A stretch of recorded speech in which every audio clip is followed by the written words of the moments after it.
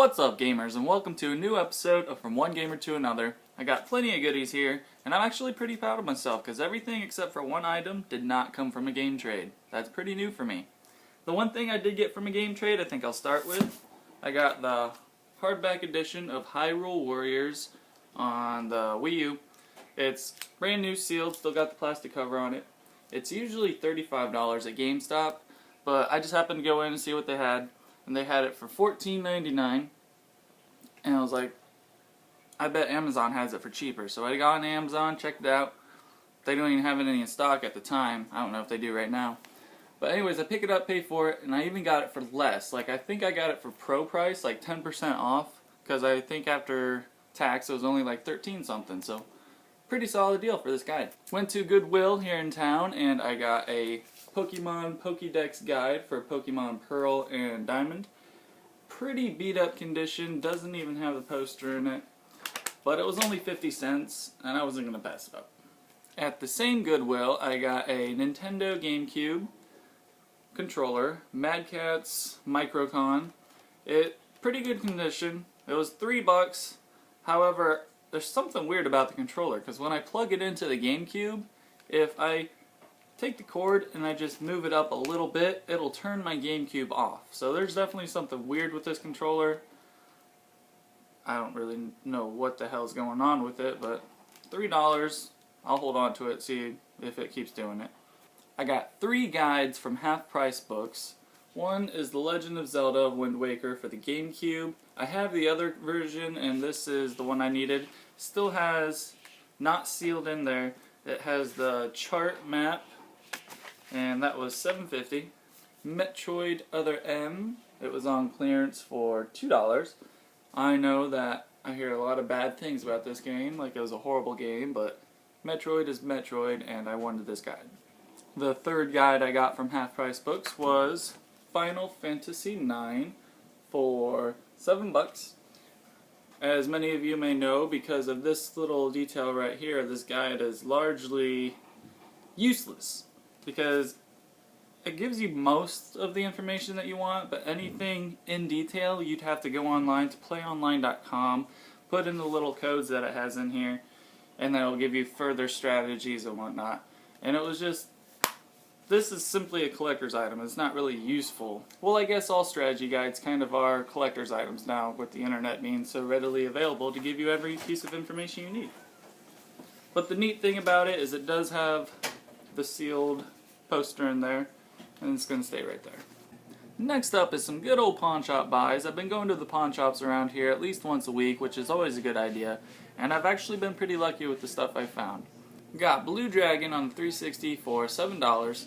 It's cheaper than what it goes for, and for those of you that know, the character designer on this game is Akira Toriyama. He's the one who does Dragon Ball Z, and I've recently really gotten into Dragon Ball Z. Got Sonic the Hedgehog on the PS3 for $7. Picked that up for my girlfriend Samantha.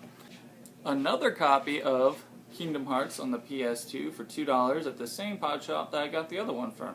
Code Veronica X Resident Evil, $2.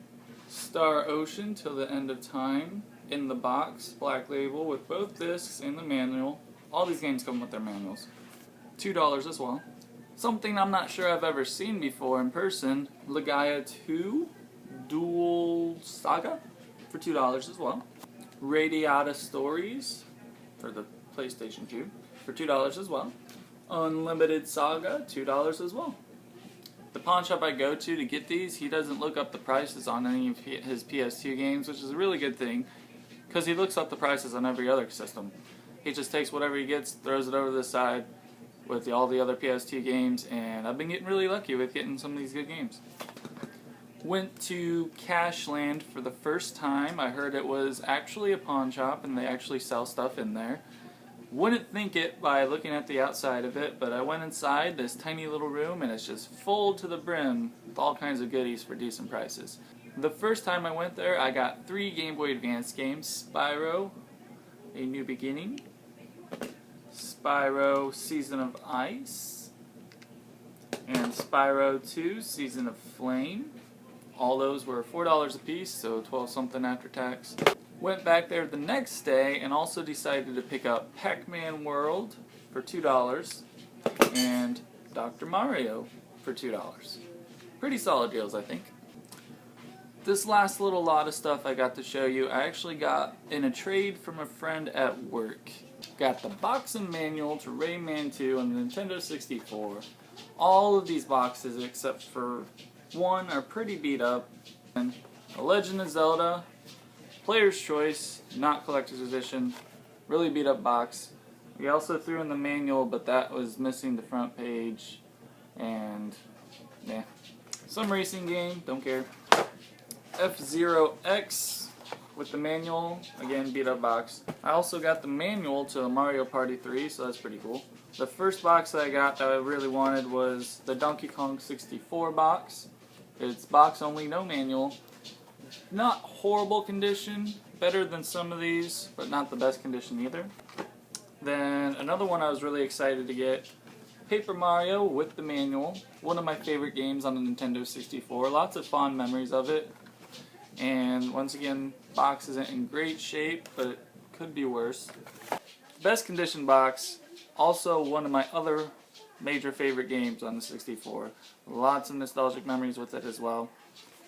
Banjo-Tooie. Comes with a manual and pretty decent condition box. Banjo-Tooie and Banjo-Kazooie, two of the best platforming games made by Rare. Really hoping they come back and make a new one, a really decent one this year, 2015. They do say that they have big plans and they're going to go back to their roots in something. We just don't know what yet. Whether it be Conkers, some other title that they had, or Banjo. I hope they come back with a really good game, and it really tugs on my nostalgia heartstrings, and it's awesome. Anyways, I have this complete in box now with the strategy guide, and I also have Banjo-Kazooie complete in the box, which makes me happy. And that is it, guys.